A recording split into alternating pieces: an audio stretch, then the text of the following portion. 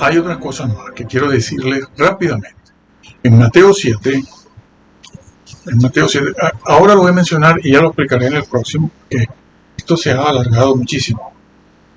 Pero Hebreos 7, Hebreos 7. Fíjense ustedes la importancia del libro de Hebreos, porque es el único libro que nos va a decir esto. Vuelvo a lo mismo, señores. El único libro que dice esto es el libro de Hebreos, en el capítulo 7. Va a hablar de dos cosas. Va a hablar de la salvación, va a hablar de la función sacerdotal de Jesús. Vamos a ver cómo lo hace. Y como ustedes, ya les dije al principio que ustedes conocen todo esto, yo estoy hablando a personas que conocen el texto griego, la lectura de la Biblia. Estoy hablando de las personas que quieren saber cosas precisas. Vamos entonces de cabeza a entrar en el versículo 24. Más es decir, Jesús. Estoy en Hebreos 7, el versículo 24. Y hablando de Jesús, dice, más Jesús, por cuanto permanece para siempre como hombre, tiene un sacerdocio inmutable. Por cierto, los ángeles no pueden ser sacerdotes. A ver, señores, imagínense un arcángel de sacerdote. Es de risa, perdonen, pero es de risa. Un arcángel allá arriba, a la diestra del Padre de sacerdote, mediando.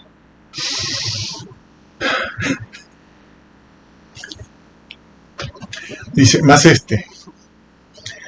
por cuanto permanece para siempre como hombre, claro, a diferencia de los sacerdotes del Antiguo Testamento, que no permanecían para siempre porque morían, porque eran personas, eran mortales, que es lo que ha dicho en los versículos anteriores. Repito, más por cuanto permanece para siempre, Jesús tiene un sacerdocio inmutable. Es el único lugar de todo el Nuevo Testamento donde aparece ese vocablo. El único lugar, no hay otro.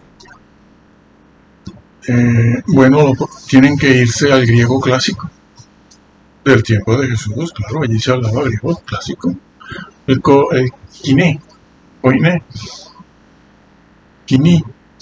El koiné, se lo pronuncio así porque ustedes lo conocen así. En clase no, en clase lo tienen que entonces tienen que irse al griego clásico. A lo mejor Plutarco, ¿no? Lo usa, ese mismo vocablo, inmutable, sacerdocio inmutable, puede usarse con trasfondo jurídico, un carácter jurídico, sí, legal, para términos legales, o hablando de en una conversación o en algo que está relacionado con lo legal, ¿no? El Código Civil o las leyes civiles, ¿no? Ese término. Yo prefiero en la palabra, lo buscan en el diccionario, y si no piden ayuda a algún estudiante o algún profesional. Plutarco creo que lo usa así, como se usa aquí. Sí. Es inalienable. Es decir, que el sacerdocio de Jesús es inmutable, es decir, inalienable. ¿Qué significa eso? Pues eso significa que ese sacerdocio le pertenece a él, o la función, el oficio de sacerdote, o sea, lo que se hace, las diferentes actividades que se hacen en ese oficio, le son propias a él, le pertenecen a él solo, y solo a él, a más nadie, por derecho propio, y se está hablando del sacerdocio, de ese oficio mediador, porque eso es lo que significa esa palabra, ¿no? Sacerdote, pues mediador, el puente, ¿no? Puente entre Dios y los hombres. Un sacerdote es un puente entre Dios y los hombres, un mediador, un intercesor, porque ambos vocablos se utilizan para Jesús en el capítulo 7. Que los católicos se han inventado que una cosa es mediar y otra cosa es interceder. Claro, para poder salirle al paso a una herejía, mejor dicho, una herejía, pero algo que se dogmatizó en la historia, que es los corredentores. Pero ese no es nuestro tema aquí ahora. Pero este vocablo Esto que se dice aquí sirve para derribar eso de entrada de manera rotunda. No existen corredentores. Bueno, pero sigo en el tema de Jesús. Esa palabra inalienable es que algo que posee esa persona le es propio, le es inmutable, se puede traducir por perpetuo. No, perdón, no, perpetuo no. Ese es el otro vocablo que está ahí, sí. El otro vocablo que está ahí, sí. Y ahora lo vamos a ver. Bueno, ¿qué significa eso? Implica eso, intransferible. Un sacerdocio intransferible. Pero la palabra intransferible no abarcaría todo lo que sí abarca la semántica general del vocablo inmutable o inalienable, ¿no? Eso de intransferible sería una de las cosas que implica el hecho de ser inalienable. Y eso mismo va contra esto que nació por primera vez también en el siglo XIX. Si es un sacerdocio inmutable, inalienable, es un sacerdocio ya. Bueno, el mismo versículo lo dice, aunque ahora no lo esté leyendo. Ya lo leeré otra vez. Aquí no hemos hecho otra cosa más que leer la Biblia ahora, que siempre lo hacemos en la aplicación, pero ahora lo hemos hecho aquí. Entonces, va contra esto de la expiación incompleta, que si entra en el lugar santísimo, pero entra en el santo, el santísimo sale, va a terminar la expiación, viene. ¿Eso qué es? Pero esto va contra todo eso. Va contra todo eso, no solo contra el arcángel Miguel. Que por cierto, que es que para estar a la diestra del Padre necesita deidad. No hay ángel que tenga deidad. Como dije antes, Satanás quiso, sin tener deidad, quiso estar ahí al nivel de la deidad. Quiso poner su trono al lado e intervenir en los asuntos divinos. Bueno, parece mentira, ¿no? Sí, pero eso lo hacemos todos. El cainismo eclesial abunda.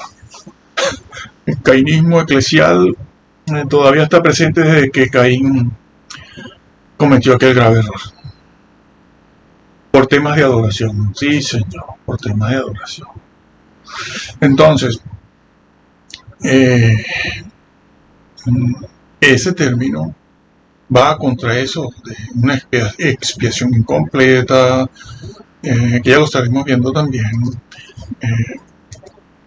y el juicio ese preadvenimiento antes de su venida, una expiación que se completa después en 1844, y todo esto va contra eso, por lo cual puede salvar también perpetuamente.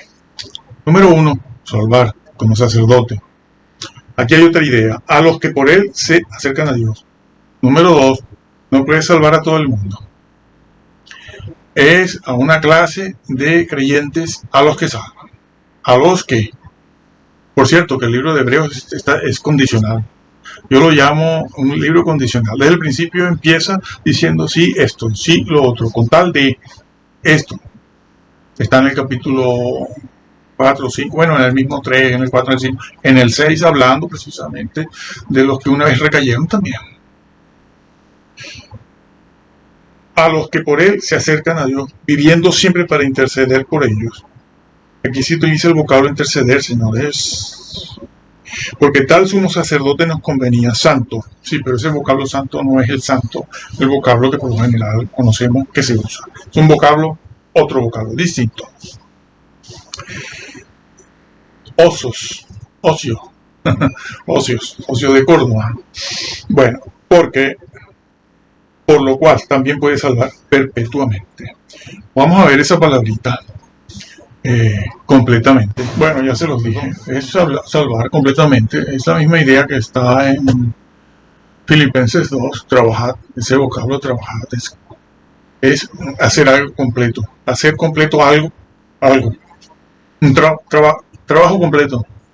Este vocablo, perpetuamente, tampoco está en el Nuevo Testamento. Es el único sitio, es el único lugar donde lo encontramos.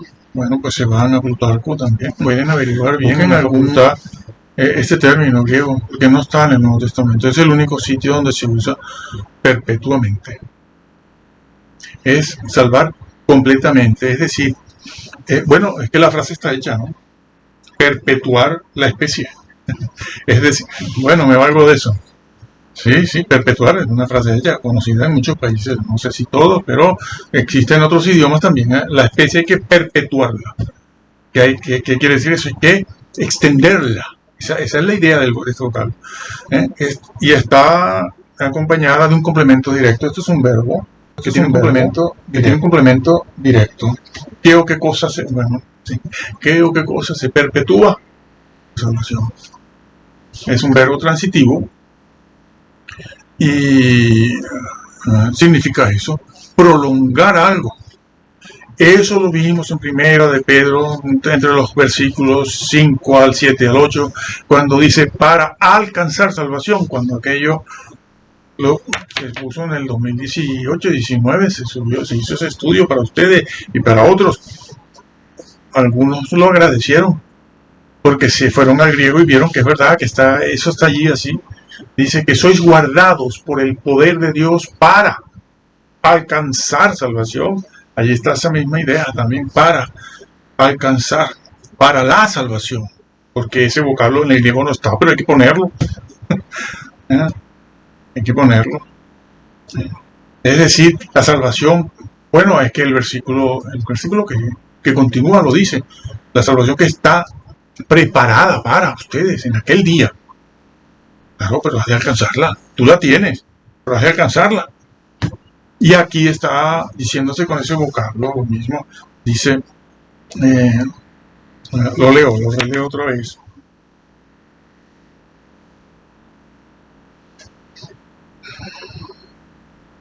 Puede también salvar perpetuamente. Es decir, salvar perpetuamente, alcanzar. Te ayuda a alcanzar lo que tienes, la salvación que tienes, a conservarla y alcanzarla, a hacer que algo dure, perpetuar la raza. Es eso.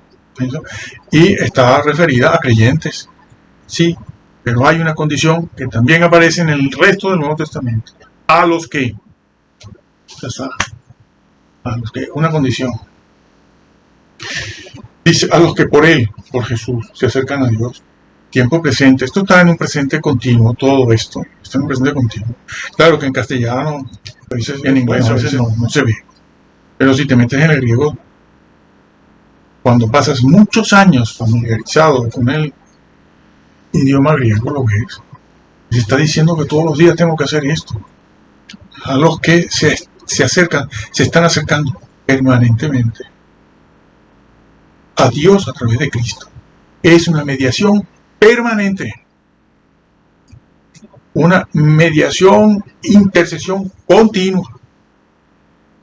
Pero no me quites Hebreos, porque entonces no tengo con qué decirlo, sino lo invento. O encuentro una palabrita buscando por aquí, por allá, en el resto de que se puede, del Nuevo Testamento, pero que aquí está muy claro. Esto lo está diciendo de una manera única, como no está dicho en otras partes. Bueno, aunque esto bueno, como está dicho aquí, no. Te dice que es mediador, pero aquí te está diciendo que es una mediación continua para completar la salvación. Completar en el sentido de guardarte de que no caigas de ese llamado y esa elección. ¿Sí?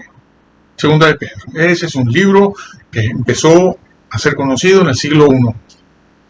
Llegó al siglo IV, V, lo dejaron en el canon, no lo metieron, lo dejaron y continuó hasta el siglo XVI, donde le dijeron, usted para atrás, hasta ahora que también están haciendo lo mismo. Por cierto, tengo que decir algo aquí, ya que estamos en Hebreo. En Hebreo 6:7. Yo lo dije en el otro lo dije, está ahí, ¿no? Bueno, pero termino esta idea primero. Entonces, eso se está diciendo aquí, a los que se están acercando permanente y continuamente al Padre a través de Cristo. Y con una oración bíblica, no sirve cualquier oración. ¿No? Ahí está la Trinidad. Aquí está la Trinidad. No se menciona al Espíritu Santo porque no sale, no se habla de él en ningún momento, pero esto mismo es lo que está en Juan 10, creo, el Evangelio de Juan, el capítulo 10, cuando Jesús dice, dos son los que dan testimonio, el Padre y yo. Está en Juan 10, léanlo, pero no se está hablando del Espíritu Santo allí. Más tarde se va a hablar, se va a incluir, el mismo Señor lo va a hacer, el Padre, el Hijo y el Espíritu Santo. Pero allí, en su discusión con los judíos, no mete al Espíritu Santo, porque el tema en ese momento es el Padre y el Hijo. Abraham, el Padre, Dios Padre y el Hijo. Y él dice, dos dan testimonio, el Padre y el Hijo. No soy yo solo, ni vengo por mi propia cuenta. Entonces está diciendo que puede salvar. ¿Por qué? Nos puede salvar porque podemos caer.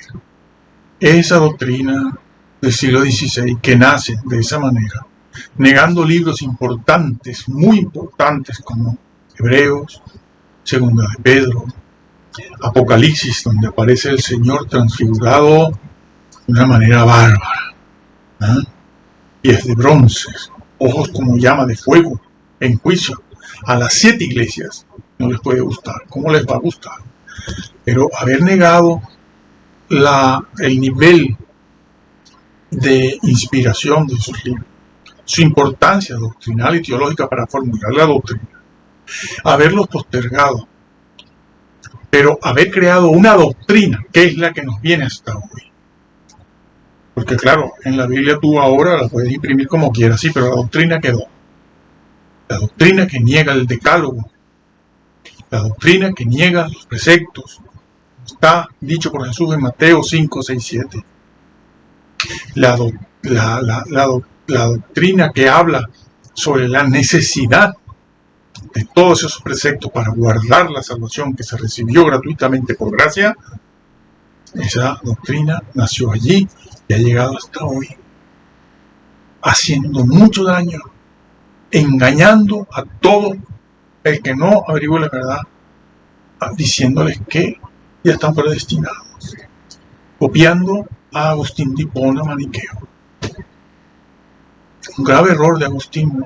Empezó muy bien, escribió muchísimo, empezó muy bien, dijo cosas importantes, pero la presión, como la presión de ¿no? Que casó a Felipe ese, el magnánimo, creo que es magnánimo.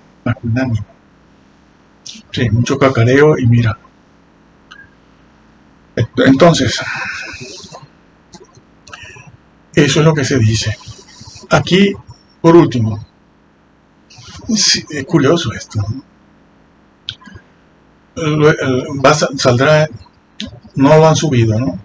Bueno, lo adelanto aquí, no pasa nada. Cuando el señor Lutero, Calvino y toda esta gente, ¿no? El grupo ese, se acercaron, bueno, el señor Martín, porque está escrito eso. Así que aquí no hay que hablar con propiedad.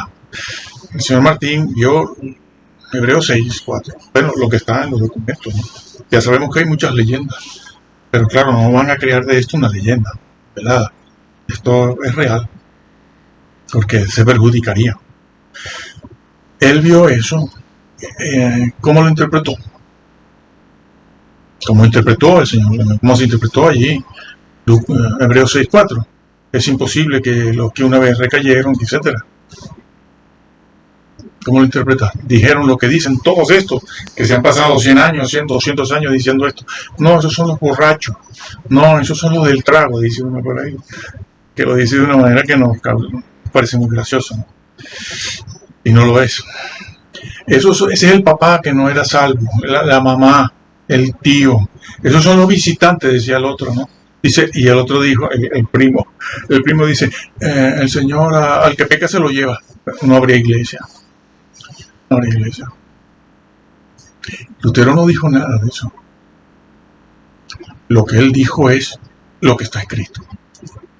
Dice, ese versículo le quita toda esperanza de salvación a un cristiano que peca. Esa es la verdad. Por lo tanto, yo no acepto eso, porque no encuentro eso en Pablo. Le digo, ¿qué dices? Que no encuentras eso en Pablo. Pero sí, tendrías que quitar 1 Corintios capítulo 3, el maestro que entró quemándose y el otro que fue destruido. Tendrías que quitar 1 Corintios 15, la fe vana. Tendrías que quitar Mateo 5, 6, 7, que tú se lo aplicaste a la sociedad y resulta que es para la iglesia. Tendrías que quitar también 2 Timoteo completo. Tienes que quitar 2 Timoteo completo, porque dice eso mismo que está en Hebreos 6. Tienes que quitar, no te gusta 2 Pedro, tienes que quitar cosas de 1 Pedro, como ese versículo que mencioné antes. Tienes que quitarlo. Por supuesto, ya quitaste los demás también que dicen lo mismo, ¿no? Quitaste 2 Pedro, quitaste Apocalipsis, porque Apocalipsis todo es al que venciere, al que venciere. Lo borro del libro de la vida, lo borro. Este señor de allá, de habla inglesa, dice, ahí no dice eso que dice. Y le creen. Bueno, hay intereses económicos escondidos ahí y cosas. No es mi tema. Yo me guío por la Biblia y lo que nos interesa. Lo demás se hacen responsables todos ustedes por seguir a quienes no tenían que seguir. A nosotros no nos pueden seguir tampoco porque yo no doy ni mi iglesia, ni mi denominación. El que quiera ver alguna otra cosa lo tiene en el currículum ahí. Nada. Cada quien, nosotros tenemos que decirles la verdad y ustedes corregir. Entonces, el señor Lutero no dijo nada de eso. Eso lo han dicho ahora. Y esa es la razón por la que él contrapuso, ¿no? Encontró un choque entre Romanos 3:28 y Hebreos, bueno, entre Romanos 3 y otros capítulos, sí, no solo Romanos 3, pero es lo más conocido y lo que dijo. Y habló también de otros. Pero ese es el versículo reina, ¿no? Y choca con Hebreos 6. Bueno, es que no solo choca con Hebreos 6, 4, sino con Hebreos 2, Hebreos 10 y 12. Entonces, eso fue. Ellos reconocieron que eso le quitaba la esperanza. Pero ¿qué pasa? Que no sabía hacer exégesis. No que no haya visto los versículos y haya dicho algo de este versículo, del otro, sino que no supo poner las piezas del puzzle. ¿Por qué? Porque ya tenía una inclinación psicópata muy fuerte que iba contra la ley, el decálogo, y no lo supo esconder. Se le salía, peca fuerte y otras cosas. Yo simplemente a la vida personal no me voy a referir. Los excesos, vaya, ya saben. Cada quien que vea, que estudie y averigüe. Pero eso te dice el problema que había. No soportaba eso. No soportaba el decálogo de la ley. Que no hubiera pasado nada. Si él hizo algo mal, que pida perdón al Señor, que lo restituya y ejerza un sacerdocio correcto. Sin bigamia, sin bigamia. Y otras cosas. Entonces, bueno, así que él lo reconoció. Por eso negó todo. Y esa es la doctrina que casi todos tienen. Y el que se oponga a eso, ya le dirán de todo. Ya nos dicen desde hace mucho tiempo, nos dicen de todo. Porque claro, usted se ha guiado por los libros, la ilustración, una serie de libros y libros de una denominación. No el texto griego. Usted decidió eso, ahora sabe mucho de eso, tiene muchos años con eso comprometido y a ver cómo lo desmonta. Hay alguno que lo hace, pero eso cuesta. Te das una paliza haciendo eso, pero esa es la grandeza de un hombre de Dios y una mujer de Dios. Yo termino diciendo, a ver hermano, lo de siempre, lo que vengo diciendo hace muchos años. Usted ve esta Biblia, Biblia de Estudio Mundo Hispano, bueno, es Casiodoro de Reina, Casiodoro de Reina, mejor dicho, Reina Valera, del 60, que ya saben cómo está. Pues cómprela y léala. Porque si usted está leyendo otra cosa, usted no está leyendo la palabra inspirada de Dios. Yo le recomiendo que lea cualquier otra versión, la de 1909.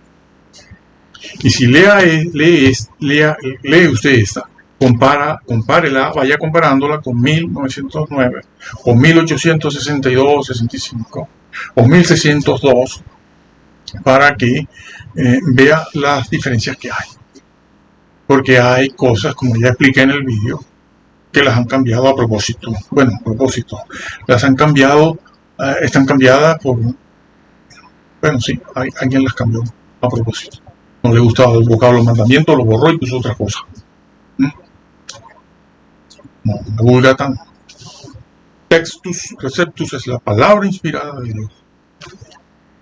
Que esa gente lleva 4 o 5 siglos analizando ese texto.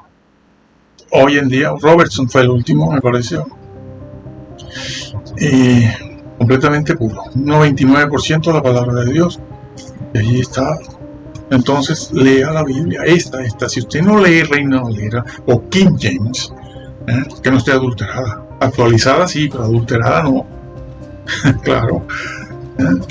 Léala y créala. Tal cual está. No le haga caso a la interpretación de su denominación, de su pastor, su obispo, su cura, su diácono, su maestro, el monaguillo, el estudiante del seminario bautista, presbiteriano, mormón, testigo de Jehová, adventista. No le haga caso. Hágale caso a esto. Si coinciden, pues muy bien. Léala para que no tenga problemas en aquel día. No se piense usted que el Señor lo traga todo. Está en este mismo libro que Él no traga todo. Y el Señor lo bendiga.